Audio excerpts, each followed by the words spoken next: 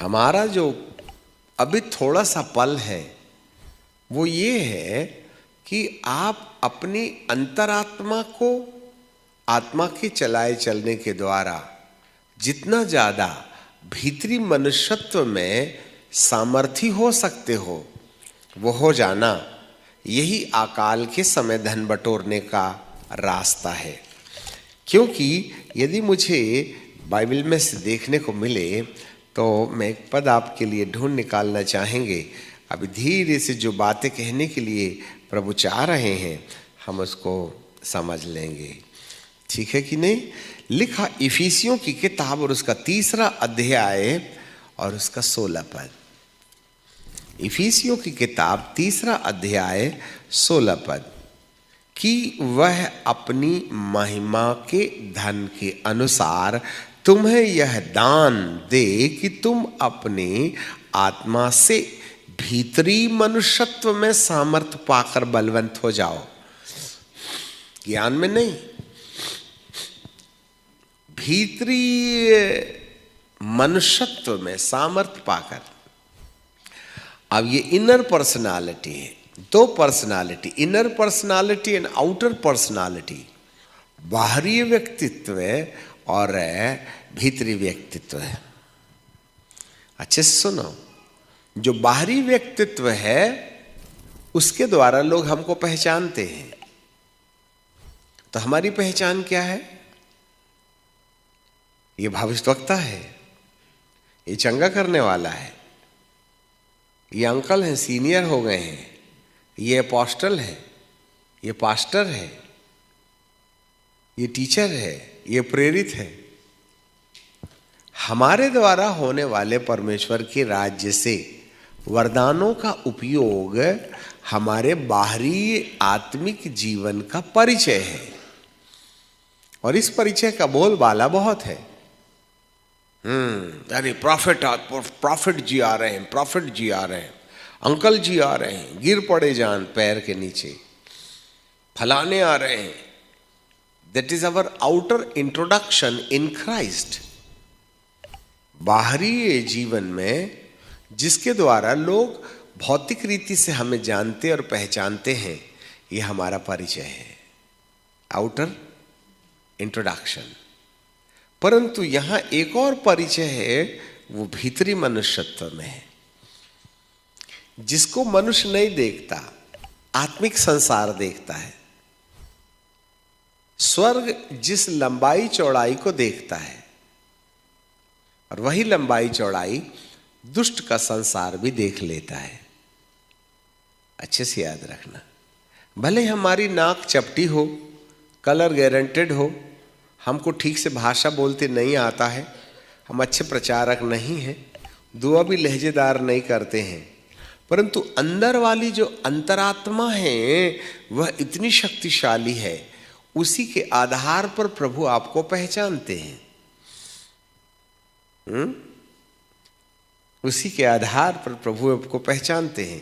बीते दिनों में हम इजराइल गए थे, तो किसी ने कहीं से हमको गिफ्ट में एक पत्ते के ऊपर की गई पेंटिंग उन्होंने हमको गिफ्ट में दिया। तो हमने बहुत लंबे समय तक ध्यान नहीं दिया, पर किसी ने उस पर जब ध्यान दिया तो 12 चेलों की फोटो उसमें बनी है, बीच में यीशु मसीह बैठे हैं। तो जितने भी चेले हैं उनके पीछे गोल गोल गोल गोल उजियाले जैसा आरोमा है, और प्रभु यीशु मसीह के पीछे भी चेलों से ज्यादा वाला प्रकाश का आरोमा है ना।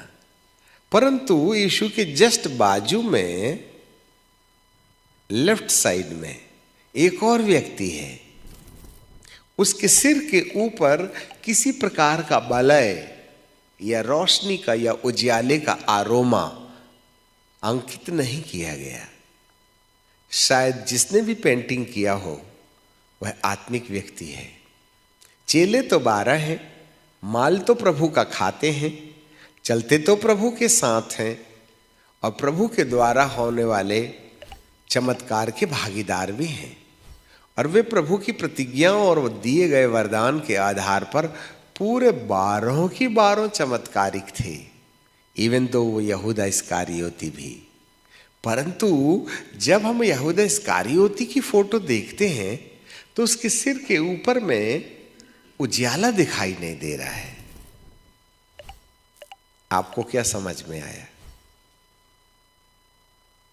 ये जो आरोमा है उसको दुनिया नहीं देखती, उसको मनुष्य नहीं पहचान पाता। ये तो केवल आत्मिक संसार उसे देखता है। दुष्ट आत्माएं किस व्यक्ति के सिर के पीछे कितनी तेज रोशनी निकलती है, उस रोशनी के आधार पर ही उसको पहचानता है वो। अरे ये तो ज्यादा ही पावरफुल है, मेरे से नहीं बन सकता, दूसरे को, अपने बड़े आका को बुलाओ। किसी के पीछे से तेज और किसी के पीछे से मध्यम और किसी के पीछे से कम और किसी के पीछे से कुछ भी नहीं, ऐसी वाली रोशनियां निकलती हैं। इसका निर्धारण कौन करता है? आज हम आत्मिक दुनिया में ही याद रखिएगा, यदि कोई आत्मिक संसार तुम्हें देखे तो आपके पीछे जो रोशनी है उसको केवल वे ही पहचान पाएंगे कि कितनी लाइट प्रोटेक्ट हो रही है, किस आधार पर। यही है आत्मा के द्वारा भीतरी मनुष्यत्व में सामर्थ पाकर, बलवंत, बाहर नहीं। हम इसको क्या करते हैं, कई बार वरदानों के साथ जोड़ जाते हैं। पवित्र आत्मा के द्वारा अभी 2 हीलिंग हुई थी, 4 हीलिंग होने लगे। पहले 10 नाम पुकारते थे, अब 50 नाम पुकारे जाने लगे। शैतान इन बातों पर ज्यादा प्रभावित नहीं होता। नाम ही न पुकारेगा, इससे क्या होगा? तेरे नाम पुकारने से कल को बीड़ी पीना छोड़ देगा क्या? वो उसकी गर्लफ्रेंड को छोड़ देगा? मोबाइल को बेच करके अब बटन वाला खरीदेगा क्या तेरे नाम पुकारने से? आए, ये कितना भी नाम पुकारवाना है पुकारवा लो। आपको मालूम है आउटवर्ड या बाहर दूसरों को दी जाने वाली सेवा से दुष्ट को ज्यादा नुकसान नहीं होता। थोड़ा मोड़ा जरूर होता है, उसको ज्यादा फर्क नहीं पड़ता। ठीक है, इनके पेट से निकाल दो तो कोई दूसरा वाला पेट ढूंढ लूंगा, अब इतनी बड़ी दुनिया है, हैं? इनके घर से निकालोगे तो क्या होगा? तुम निकालो तो सही, 15 दिन में मैं खुद आ जाऊंगा। तुमको क्या लगता है तुमने निकाल दिया तो मैं चला ही जाऊंगा क्या? फिर लौट के नहीं आऊंगा? प्रभु कहते, दुष्ट आत्माएं कहती हैं तुम्हारे जैसे कई देखे निकालने वाले।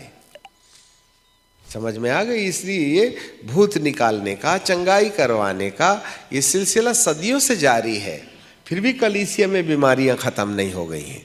4 दिन तक गाड़ी पटरी में चलती है, 5वें दिन जैसी की तैसी। क्यों मालूम है आपको?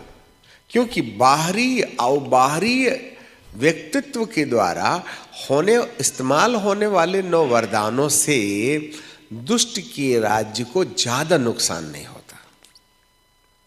इसलिए जो बहुत बड़े बड़े सामर्थ्य का काम कर रहे हैं उनको